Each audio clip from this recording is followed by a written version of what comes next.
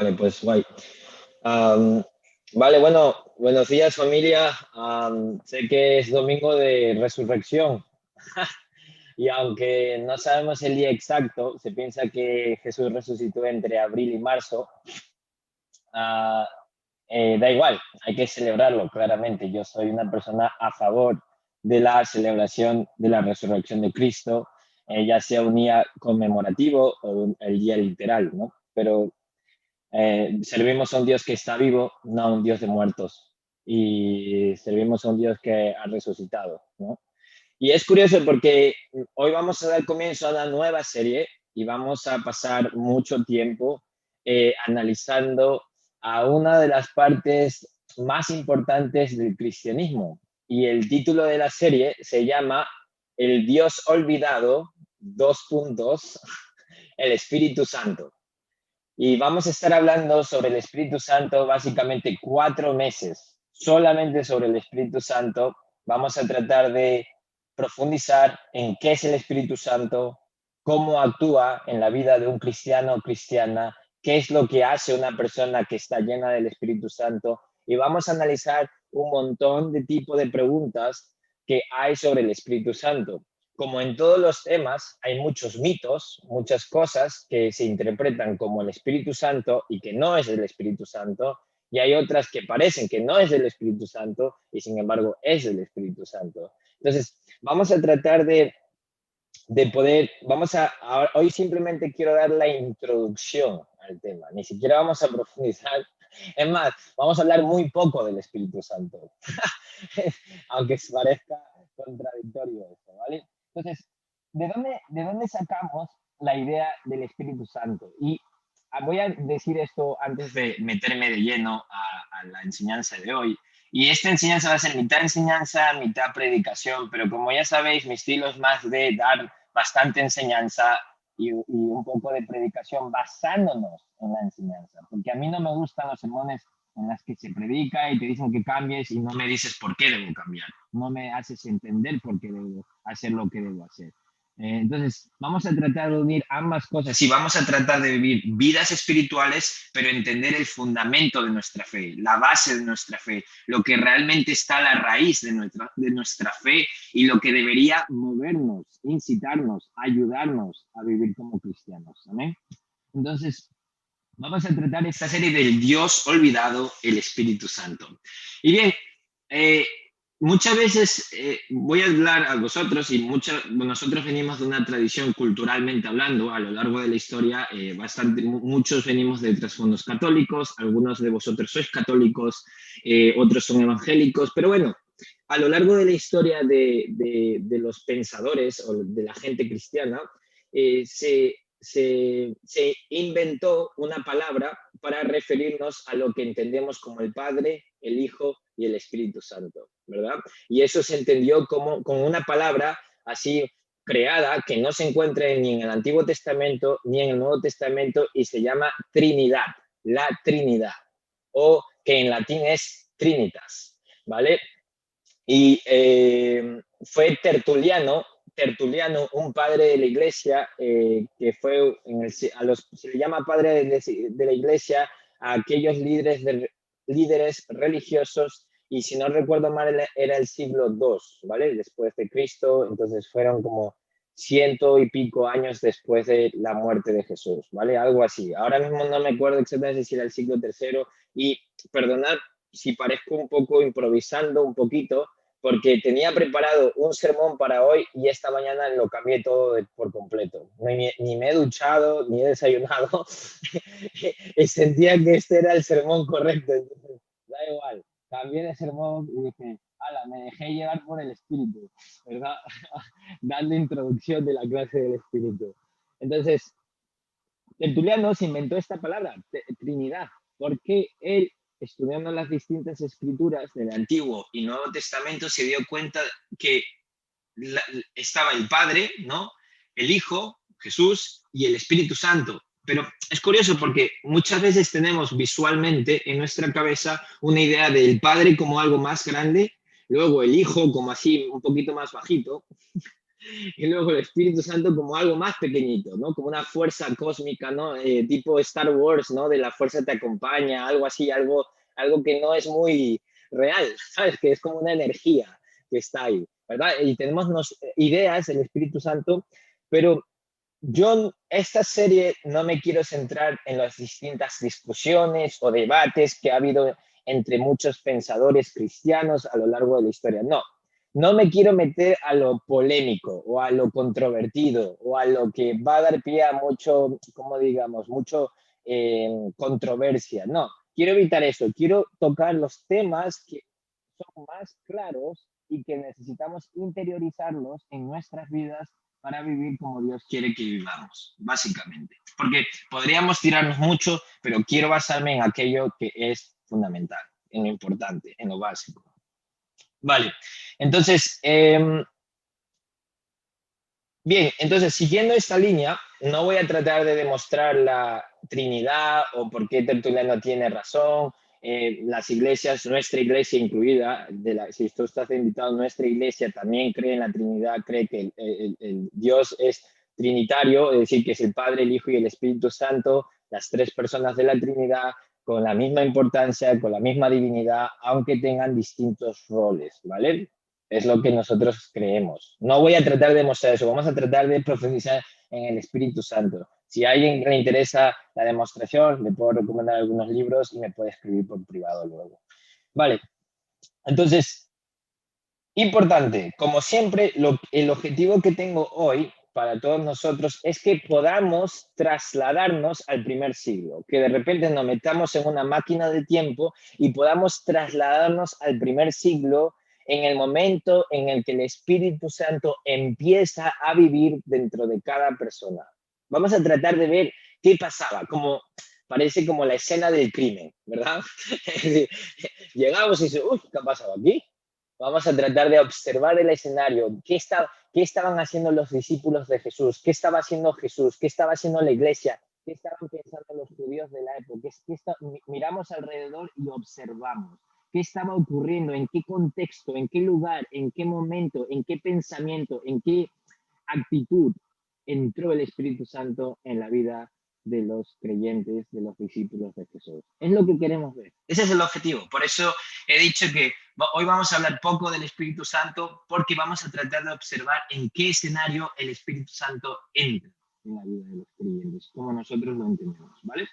Entonces, vamos a hablar un poco ahora, voy a dar un resumen breve de lo que estaba ocurriendo en el primer siglo, para situarnos, para teletransportarnos en el tiempo. Y de nuevo, la razón por la que hacemos esto es porque es muy difícil entender cómo el Espíritu Santo nos guía hoy en el siglo XXI si no entendemos ni comprendemos cómo el Espíritu Santo guió e instruyó a la iglesia en aquel entonces y en aquel momento. ¿Os acordáis? Tenemos que primero describir qué está ocurriendo para luego decir nosotros, y ahora nosotros en el siglo XXI deberíamos hacer esto, deberíamos pensar esto. No, primero hay que tratar de entender qué ocurrió en aquel entonces para luego procesarlo y aplicarlo a nuestro tiempo. Si no, corremos el riesgo de inventarnos una sarta de tonterías que yo he escuchado sobre el Espíritu Santo porque la gente no tiene paciencia ni se toma el tiempo de estudiar las Escrituras. Bien, entonces, ¿qué estaba ocurriendo en aquel entonces? Pues bueno, un resumen.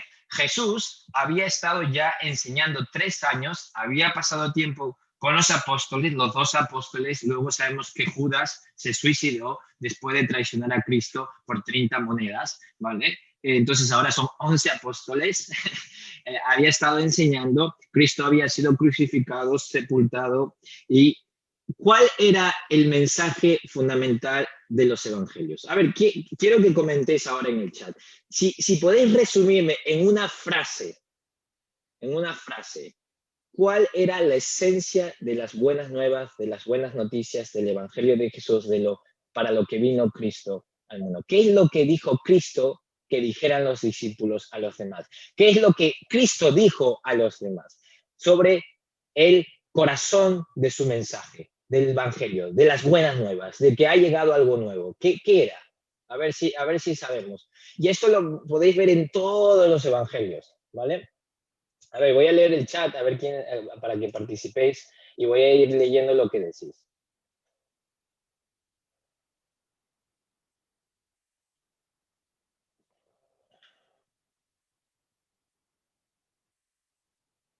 Bueno, repito la pregunta.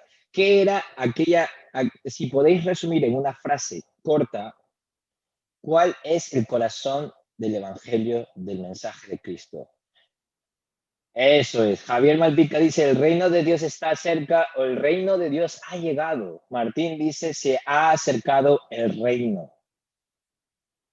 Eso es. Bueno, o sea, es que a veces soy muy listillos y ya contestaste la pregunta, claro. Entonces, eso es.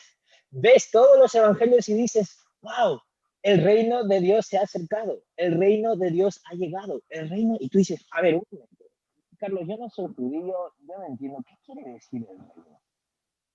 Claro, lo leemos y pasamos por alto, pero ¿qué quiere decir el reino? El reino de Dios ha llegado. O sea, cuando un judío escuchaba eso, porque acordaros que el mensaje fue predicado primero a los judíos y luego a los demás pueblos, ¿qué entendían los judíos? Bien, en el Antiguo Testamento, ¿vale? Los judíos, si tú eres un judío del Antiguo Testamento y tú lees todos los profetas, Isaías, tal y cual, y si no sabes los libros no pasa nada, pero imagínate que eres un judío de la época. Tú ves que los profetas prometían que iba a llegar un rey. Sí, es verdad. Tú lees los documentos del Antiguo Testamento y ves, va a llegar un rey, va a llegar, que a veces se le llama como el Mesías, ¿verdad? El Salvador, el rey, etcétera, etcétera. Pero, claro, nosotros tenemos una idea muy, ¿cómo decirlo? Antijudía, digamos, de qué significaba el rey o el Mesías. Cuando ellos escuchaban rey y Mesías, no pensaban en lo que tú y yo estamos pensando, curiosamente, como el Salvador, el Cristo, que nos iba a salvar espiritualmente. No, no, no. Cuando el judío escuchaba eso, decía, ah, va a venir un rey como Saúl, o como el rey David, o como otros reyes, pero esta vez este rey es mucho más poderoso y va a reinar políticamente y va a conquistar los otros reinos de esta tierra, atención, de esta tierra material, física, y que va a traer paz a Israel, y que va a traer paz a nuestro pueblo, y que va a gobernar políticamente, y que va a ser un reino distinto. Este rey va a ser poderoso. La idea de que el rey o el Mesías del que hablaba el Antiguo Testamento era Dios encarnado, eso era una idea blasfema. Eso no entraba en la mente judía. El judío no escuchaba eso. Claro, nosotros leemos, ah, claro, el Mesías, y lo asumimos como tal. No, no, no, pero esto no era obvio. Esto era algo, no, eso no era aceptable.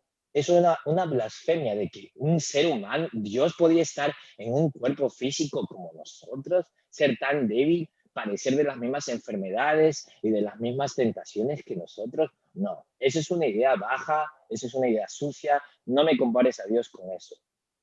Entonces, claro, tenemos una idea de un rey político, de un rey gobernante, de un rey poderoso que iba a llegar y reinar sobre todos los imperios y liderar Israel. Eso es lo que estaban pensando, ¿vale?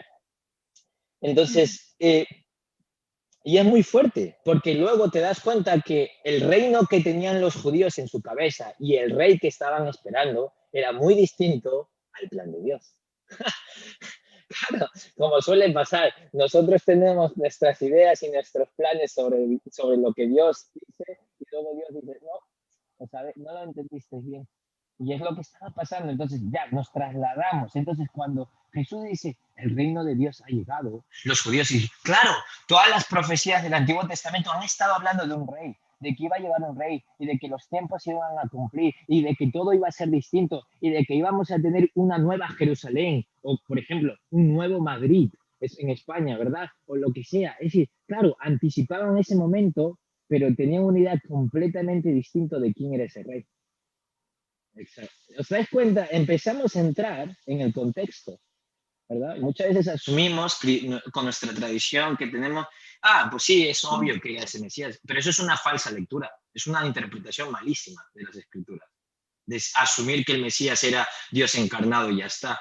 Claro, ahora nosotros sabemos, pero los judíos cuando escuchaban esto no lo sabían.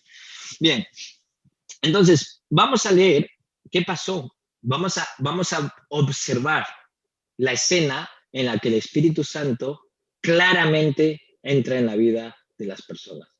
De nuevo, he dicho que voy a hablar poco del Espíritu Santo porque no podemos entender la importancia de la llegada del Espíritu Santo en nuestras vidas si no entendemos qué está ocurriendo, de qué están hablando, qué están pensando y por qué, qué relación tiene el reino de Dios y el Espíritu Santo.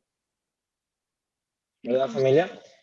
El Dios olvidado del Espíritu Santo. Entonces vamos a ver la primera escritura, que está en Hechos 1, capítulo 1, versículo 3 al 9, y estoy utilizando la nueva versión internacional, la versión castellana, ¿vale? Que han sacado una nueva con el vosotros de España, básicamente. Vale. Entonces vamos a leer. Ok, leemos.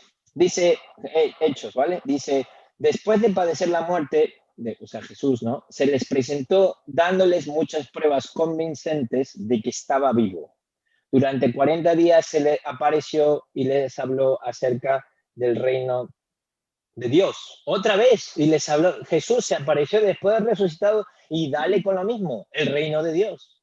Jolín, qué pesado Jesús.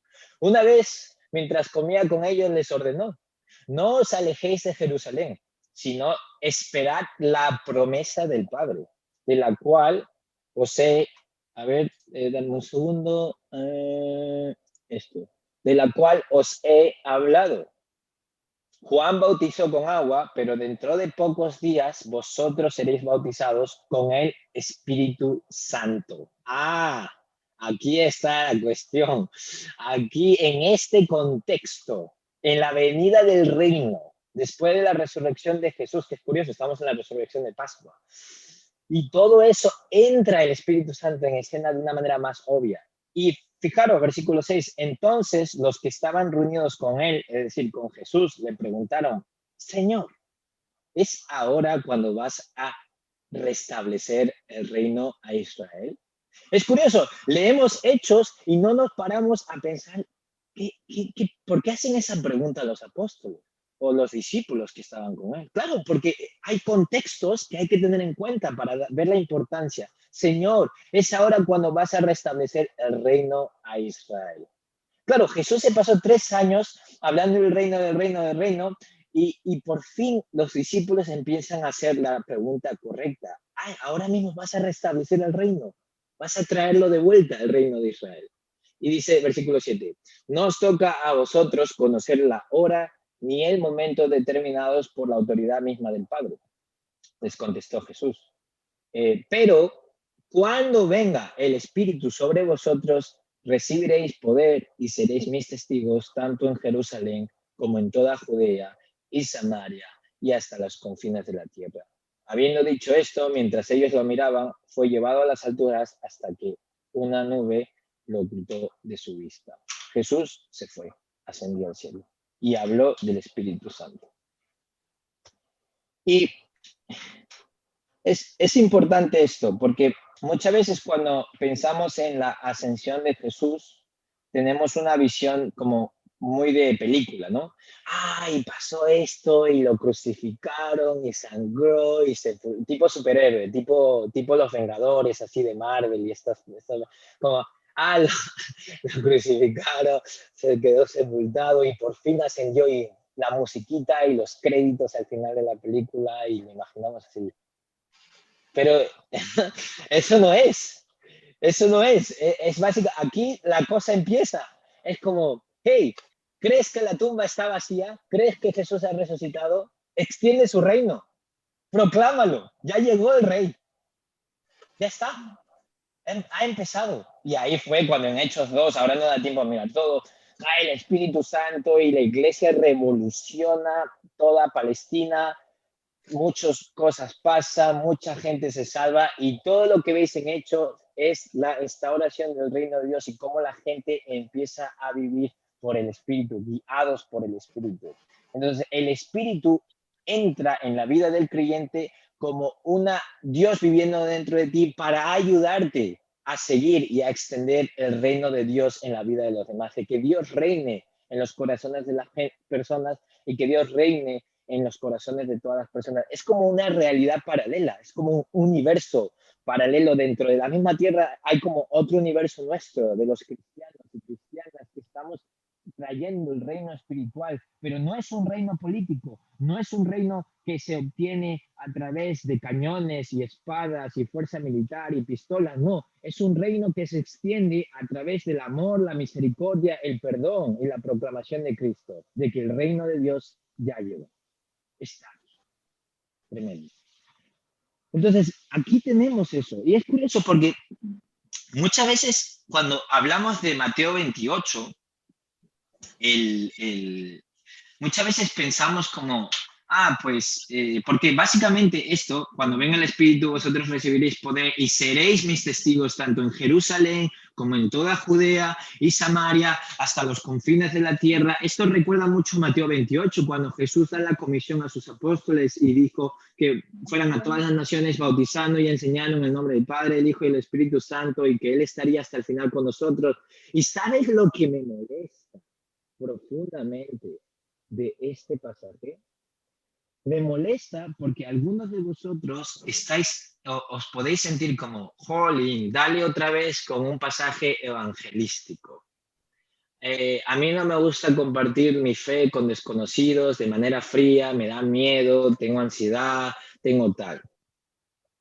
Pero ¿sabes por qué me molesta? Es porque a veces enseñamos estos pasajes de un modo... Estos son los dos extremos, ¿vale? Os voy a decir los dos extremos y hace tiempo hubo muchos debates, varias discusiones en la iglesia por cómo entender ese mandato. Vale, os voy a decir el primer extremo. El primer extremo es, y tiene importancia esto, iglesia, ¿vale? El primer extremo es, hay que evangelizar y si no evangelizas no eres discípulo y si no evangelizas no amas a Dios y hay que hacer todo lo posible y tienes que escribir la lista de tus amigos e ir a proclamar las buenas nuevas porque eso es lo que nos mandó Jesús en Mateo 28 y todo eso y hay que... Vale, bien. Pues, ¿sabes lo que te digo? Que esa idea de evangelismo me parece simplona y falsa. Pero ahora vamos al por qué te cuento eso. El otro extremo es como... No, no, no, no, no, no. Eso fue solo dicho para los apóstoles. Tienes que ganarte el derecho de predicar. Cosas también falsas, ¿verdad? Porque no lo vemos en ningún sitio en la escritura. Solo hay que amar, no hay que pensar en predicar el evangelio. Hay que amar a la gente. Hay que amar a la gente, hay que cubrir necesidades, pero no necesariamente ir con la Biblia ya en la mano. Y digo, ¿y eso dónde lo habéis sacado? ¿Desde cuándo predicar el evangelio no es amar a la gente? ¿De dónde sacamos estas divisiones ilógicas antibíblicas? ¿Por qué empezamos a destruir muchas cosas que tenían el propósito original era estar unidas? ¿Os dais cuenta? Es decir, ¿y dónde está el reino de Dios aquí? Aquí en este pasaje la gente ni lo menciona a veces cuando predica la importancia del concepto del reino de Dios. Entonces, no, aquí lo que Jesús decía, no. Es decir, si tú crees que la tumba está vacía, si tú crees que el Cristo, el Salvador, el Mesías ya resucitó, extiende su reino. Pero ¿cómo extendemos su reino? No solamente con palabras y no solamente cubriendo necesidades, sino con ambas cosas. Es la misma, es como una moneda y es una cara aquí y es la cara debajo y van unidas, no lo puedes separar. Es como tratar de separar el amor del dolor. Cuando tú amas a alguien vas a sufrir por esa persona. Ya sea porque se enferma, porque le pasa. Es como que es inseparable a veces el amar a una persona. Es algo así. Es decir, muchas veces en nuestra lógica nos creemos listillos y queremos hacer divisiones o categorizaciones o esquemas mentales o tratar de decir esto es así, esto es asá y esto no. Y excluimos cosas que Dios quiso juntarlas. Entonces, no, el reino de Dios es algo unido, sí, es algo donde la gente se va a sentir amada, donde la gente va a ser, sus necesidades van a ser cubiertas, pero atención, si decimos o si tratamos de extender el reino de Dios a través de la misericordia, del amor, de cubrir necesidades, es porque Cristo resucitó de los muertos. Claro, es que no podemos separar la práctica de por qué vivimos como cristianos de la verdad bíblica de que Cristo, el Salvador, resucitó de entre los muertos y nos dijo eso. No podemos separarlo. Y muchas veces queremos separar. Carlos, eres muy teórico, sé más pragmático, sé más práctico, dime lo que tengo que hacer. Es que no, es que eso no es el mensaje. Extendemos el reino de Dios porque Cristo, porque la tumba ya está vacía. porque ya resucitó. Y ahí es donde entra el Espíritu Santo. Jesús se fue, ya no está físicamente en nosotros y el Espíritu Santo, ahora que vive dentro de ti, nos va a ayudar a llevar, a seguir extendiendo el reino de Dios en esta tierra. ¿Qué quiere decir? A ayudar a los demás de que Jesús, en nuestro rey, reine, gobierne, sea el Señor de la vida de todas las personas. ¿Cómo lo logramos? No lo logramos haciendo listas evangelísticas y saliendo en la calle horas. No, no, falso, falso. También lo logramos así, pero no solo así. Lo logramos por el amor. Si tú por el amor hacia el prójimo sales a evangelizar a la calle, amén.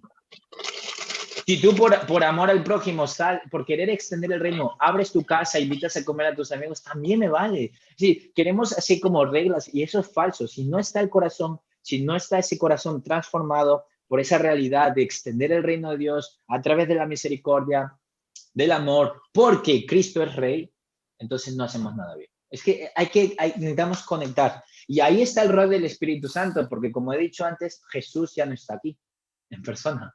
Por eso Él mandó el Espíritu Santo, para guiar a su iglesia, para empezar el nuevo pacto. Y esta es la importancia de esto, porque voy a explicar esto porque a veces no se entiende.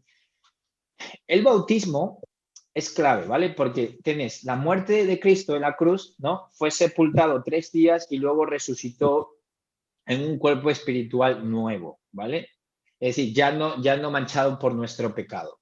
Nosotros cuando nos bautizamos, nosotros morimos al viejo hombre o mujer con pecado, nos sumergimos en el agua, porque el bautismo no era esparcir agua, o sea, si tú ves el griego y cómo bautizaban en el primer siglo era sumersión, te tenías que meter dentro del agua, te quedabas ahí pues sepultado y luego sales como una nueva criatura, como un nuevo hombre y mujer, como una nueva persona, pero esta vez perdonada, que puede entrar en contacto con Dios.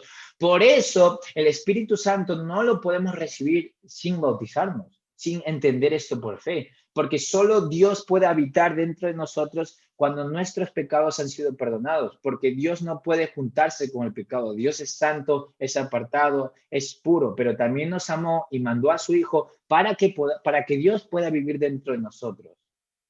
Es decir, que todo el tiempo estamos viendo esta idea de que todo está conectado, como podemos ver. Es que muchas veces queremos separar y no podemos separar si no destruimos lo que Jesús quiso decirnos, ¿vale? Entonces, pues vemos eso. Vamos a ver. Entonces, vamos a ver un poco más de dónde sacamos esta idea del Espíritu Santo o del reino de Dios, ¿vale? Que es lo que estaban pensando las personas, ¿ok? En Isaías 32, 1 al 4, estoy utilizando para esta la Biblia de las Américas, está hablando el profeta Isaías y habla del rey. Acordaros que la figura del rey y el reino era una idea ya en el Antiguo Testamento y por eso los discípulos de Jesús preguntaban, ¿ya vas a restaurar el reino? Y hemos dicho de que la idea era muy distinta a la idea que tenían los judíos. Sí, iba a haber un rey, iba a haber un reino, pero no era un reino político a través de poder militar y ejército y todo, no, era un reino espiritual. Vale, y dice aquí, Isaías, he aquí un rey reinará con justicia y príncipes gobernarán con rectitud. Vale, ¿quién es el rey? Jesús. Y príncipes gobernarán con rectitud. Versículo 2. Cada uno será como refugio contra el viento y un abrigo contra la tormenta, como corrientes de agua en tierra seca, como la sombra de una gran peña en tierra árida. Peña es como una piedra, ¿vale? Donde la gente se refugiaba o sea, en la sombra de la piedra enorme en tierras del desierto áridas. Dice el versículo 3, no se cegarán entonces los ojos de los que ven, y los oídos de los que oyen escucharán, el corazón de los imprudentes discernirá la verdad y la lengua de los tartamudos se apresurará a hablar claramente. Vale. Entonces, aquí es increíble, porque aquí está anticipando el reino. Y muchas veces o sea, la idea era en los profetas que el Mesías, vamos a poder demostrar el Mesías o vamos a saber cuándo ha llegado el Mesías cuando veamos señales en los tiempos. Es decir, los judíos no estaban tan obsesionados con la llegada de un Mesías solamente, sino de una nueva era. de una nueva época, de un nuevo tiempo, de un nuevo todo, una nueva Jerusalén, como le solían llamar, ¿vale? Entonces aquí dice, he aquí un rey reinará con justicia y príncipes gobernarán con rectitud. Y dice, cada uno, y aquí cada uno es cada uno de nosotros, cada uno será como un refugio contra el viento y un abrigo contra la tormenta, como corrientes de agua en tierra seca, como la sombra de una gran peña en tierra árida. Fijaros, muchas veces queremos demostrar la autoridad del cristianismo o de Jesús o de todo a través de argumentos intelectuales. Y como bien sabéis, por mi educación, muchos sabéis que he estudiado bastante cosas de la Biblia, historia y tal. Y todo eso está muy bien, todo eso tiene su utilidad. Pero la mayor demostración de que Jesús ya llegó y que su reino está aquí en la tierra, perdón, de que Jesús ya es rey, perdón, y de que el reino ha llegado a esta tierra, si tú quieres demostrar a alguien de que Jesús es Señor y de que es Mesías y que les necesita, esto tiene que ocurrir. Cada uno será como un refugio contra el viento. Es decir, cada discípulo, cada cristiano y cristiana tendrá que ser un refugio. ¿Contra qué? Contra el viento. Y tendrá que ser un abrigo contra la tormenta. Tendrá que ser como corrientes de agua en tierra seca. Tendremos que ser como la sombra de una gran roca o peña en tierra árida. Es decir, imagínate la gente perdida en un desierto. Imagínate, la gente está sin Dios, sin el Mesías, sin nada, y de repente estás tú como una gran piedra donde ellos pueden encontrar sombra. ¡Wow! ¡Qué increíble imagen! ¡Qué increíble imagen! O de repente eres tú como un refugio. El discípulo, el cristiano es un refugio donde las personas perdidas pueden encontrar refugio contra el viento fuerte que está azotándoles.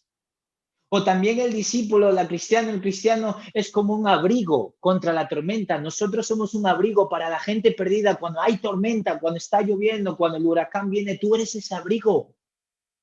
Y está hablando como una profecía, como algo que se va a cumplir. Isaías está diciendo, sí, cuando el rey llegue, cuando el Mesías, cuando Jesús llegue, esto tendrá que ocurrir. Los cristianos serán refugios, los cristianos serán abrigos, los cristianos serán corrientes de agua en tierra seca, los cristianos serán piedras que van a dar sombra en un desierto para la gente perdida. Eso se va a cumplir. Y cuando se cumplan estas cosas, sabrá todo el mundo de que el reino ha llegado, de que Jesús ya está aquí. ¿Os dais cuenta? Y fijaros en el versículo 3 y 4, me encanta. Y dice, no se cegarán entonces, y cuidado, porque entonces es básicamente una relación de cuando se cumpla esto primero, entonces pasará esto, entonces habrá esta consecuencia, entonces habrá estos resultados. Y me encanta, porque mira lo que dice, no se cegarán entonces los ojos de los que ven. Es decir, los que ven realmente verán espiritualmente. Y dice, y los oídos de los que oyen escucharán verdaderamente. Los oídos de los que oyen escucharán. Versículo 4. El corazón de los imprudentes discernirá la verdad.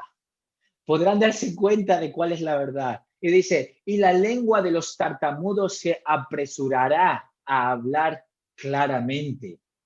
Es decir, solo entonces cuando los cristianos y cristianas que tienen ese rey que va a llegar sean un refugio contra el viento, un abrigo, corrientes de agua en tierra seca, cuando esas señales de que el reino de Dios ha llegado, entonces y solo entonces la gente podrá realmente ver, la gente podrá realmente oír, los corazones realmente podrán ver cuál es la verdad y la lengua de la gente podrá hablar claramente. Tremenda profecía. Muchas veces hablamos de las profecías sobre Jesús y muy poco prestamos atención a las profecías que la iglesia debe cumplir. Muy poco prestamos atención a eso. Entonces, cuando ahora os dais cuenta, este es el reino de Dios, este es el reino espiritual, lo que vemos en Isaías. Es increíble. ¡Wow! Cada uno será como refugio contra el viento, un abrigo contra la tormenta. Es decir, hermano, hermana, invitado, invitada, ¿cuándo fue la última vez que tú fuiste refugio contra el viento? Hermano y hermana, ¿cuándo fue la última vez que fuiste el abrigo contra la tormenta? Donde la gente perdida pudo tener abrigo, abrigarse en ti. ¿Cuándo fue la última vez que fuiste las corrientes de agua en una tierra seca? Y obviamente todos estos son metáforas, son ejemplos visuales, pero que se pueden aplicar a nuestra realidad. ¿Sabes cuándo una persona puede ser corriente de agua en tierra seca?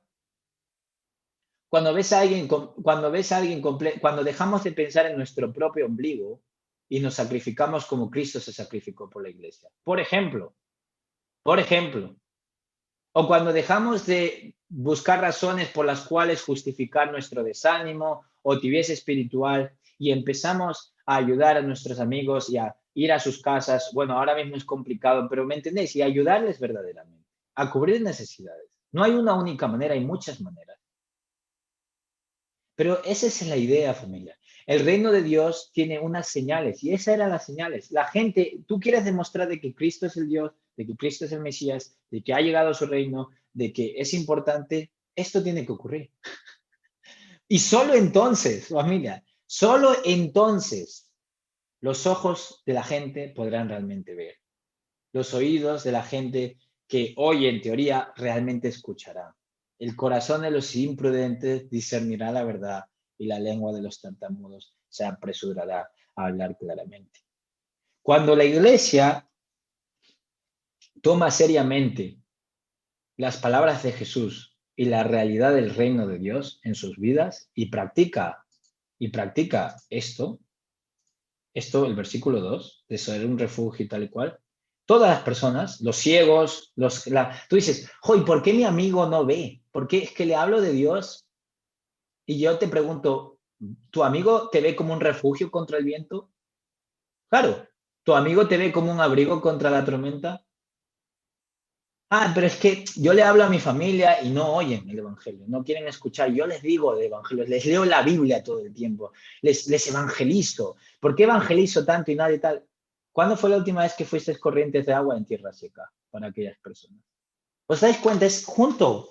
Es que no se puede dividir la proclamación de Cristo de que el reino ha llegado y no actuar como si el reino hubiera llegado. ¿Qué es esto? Es cubrir necesidades, es amar a la gente, es mostrarles, es todo a la vez, es todo junto, es todo junto.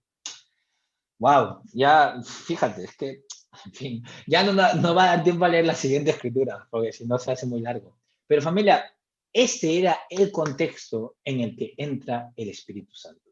Aquí vemos otra escena de la iglesia del primer siglo. Dice, por medio de los apóstoles ocurrían muchas señales y prodigios entre el pueblo y todos los creyentes se reunían de común acuerdo en el pórtico de Salomón.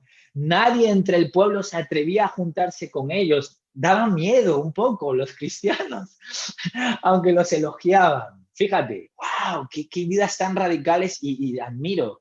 Y seguía aumentando, atención, ¿queréis evangelismo? Aquí está. Y seguía aumentando el número de los que confiaban en el Señor. Dice 15, era tal la multitud de hombres y mujeres que hasta sacaban a los enfermos a las plazas y los ponían en camillas para que al pasar Pedro, por lo menos su sombra cayera sobre alguno de ellos. También de los pueblos vecinos a Jerusalén acudían multitudes que llevaban personas enfermas y atormentadas por espíritus malignos y todas eran sanadas. Todas estas señales, y no solamente eran señales de sanación, eran señales de amor, de unión, de armonía.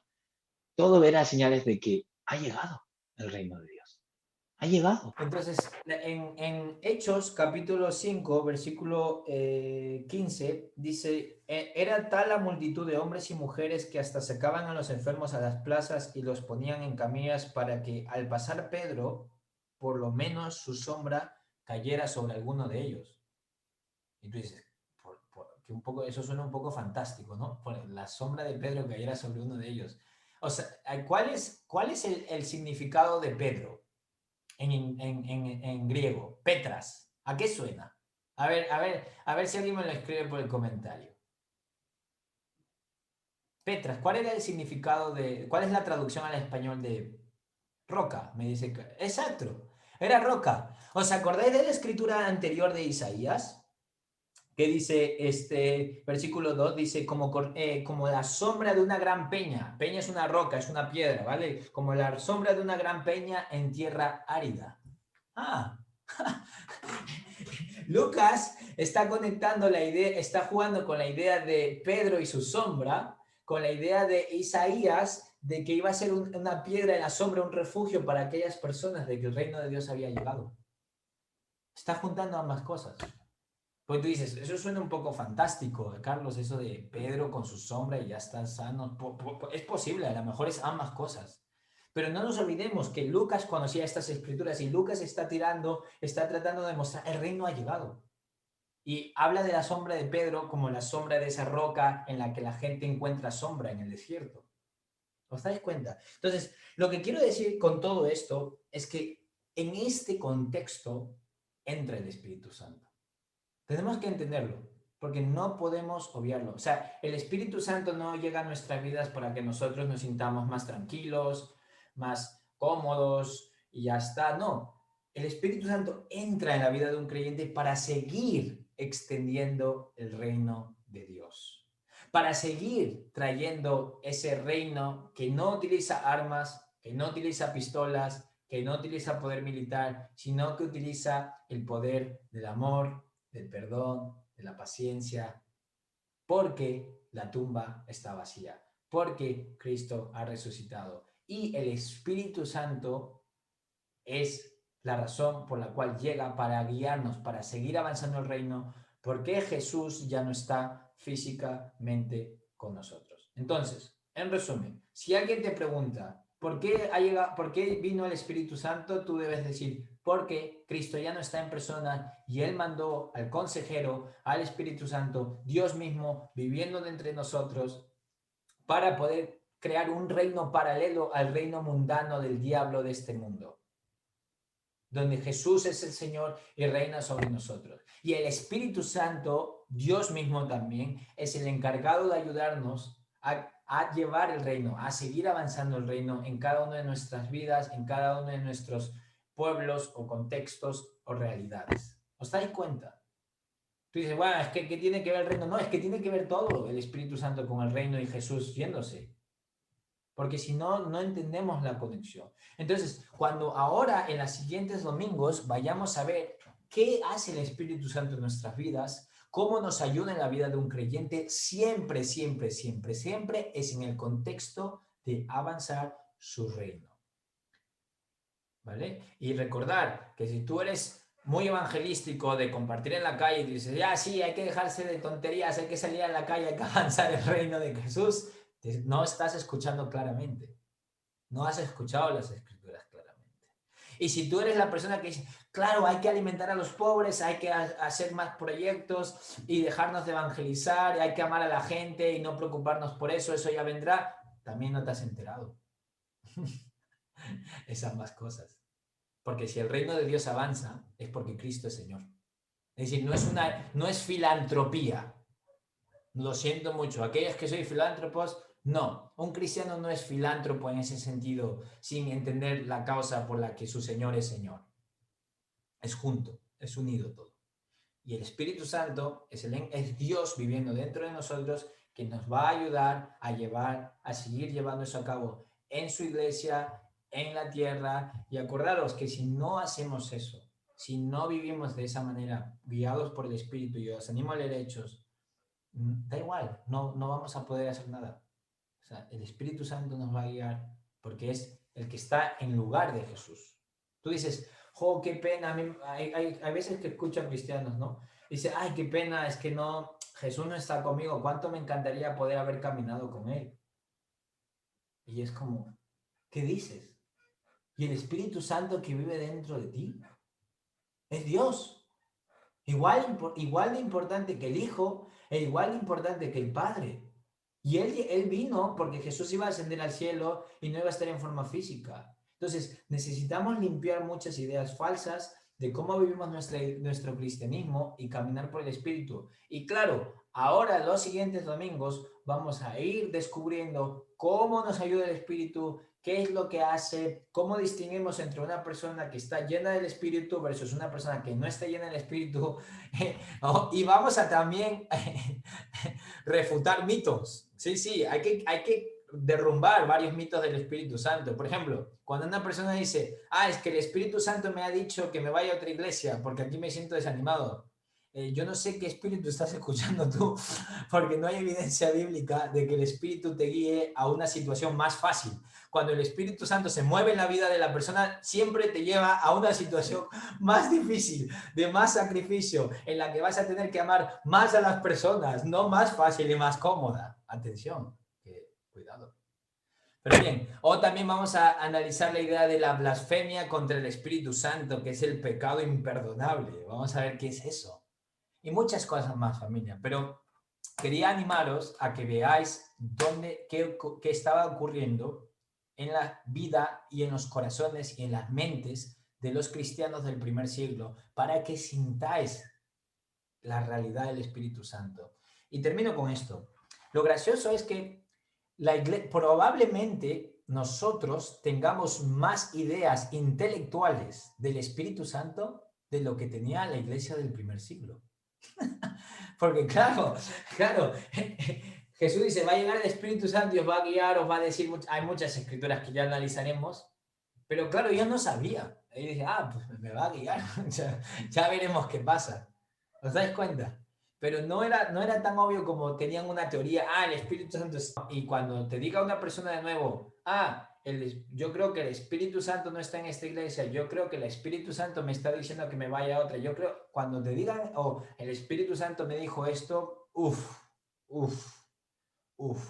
cuidado. Ya veremos. Y es que va a molar. Estoy muy animado con esta serie. Yo creo que va a ayudar a muchos, pero va a molar. Y sé que algunos no sabéis qué pensar porque es un tema difícil y por eso lo vamos a estudiar como iglesia. Pero acordaros que lo increíble es que vamos a descubrir qué es el Espíritu Santo como la gente del primer siglo. Recibió el Espíritu Santo y no sabía muy bien cómo exactamente iba a ocurrir, pero ya tenemos las escrituras y sabemos cómo el Espíritu Santo guió su iglesia y impactó el mundo. Y atención, expandió el reino. Expandió el reino de Cristo. Bien, pues ya está. Con todo eso vamos a tomar la comunión. Y es increíble porque es el domingo de resurrección. Y a mí me gustan las tradiciones, no las tradiciones de los hombres, sino tradiciones que rememoran o que nos ayudan a recordar las cosas espirituales. Y es increíble, familia, porque si Cristo no hubiese hecho todo eso, no habría espíritu, no habría iglesia, no habría nada. Y gracias al sacrificio de Cristo en la cruz, a cómo nos amó, a cómo se sacrificó por nuestros pecados, es increíble. Si ahora mismo yo pusiera una pantalla y pudiese meter un CD, bueno, ahora mismo es un pendrive o transmitirlo en vivo por YouTube o algo así, todos los pensamientos que has tenido, las cosas que has hecho en secreto, todos tus pecados y porquerías y las cosas malvadas que has hecho, dirías, trágame tierra, porque todos sabemos que hemos tenido cosas horribles. Y Cristo cargó con todo eso. Y Cristo murió por todo eso. Y Cristo te hizo una persona nueva. Y ahora, si tú has decidido seguir a Cristo y te has arrepentido y bautizado, Dios habita contigo. Gracias a ese sacrificio de Cristo, Dios ya no está en un templo como en el tabernáculo, en el arca del pacto, donde estaba el lugar santísimo y donde solo el sacerdote una vez al año podía entrar en la presencia de Dios y sacrificar cosas por el perdón del pueblo. No, está aquí, dentro de ti, en tu cuerpo físico. ¡Wow! Gracias al sacrificio de Cristo tenemos ese regalo. Entonces, no lo asumamos. Muchas veces decimos, Jesús murió por nuestros pecados y es un poco como repetitivo, ¿no? Una cinta que suena y suena y suena y no tiene ningún impacto. No, es algo revolucionario.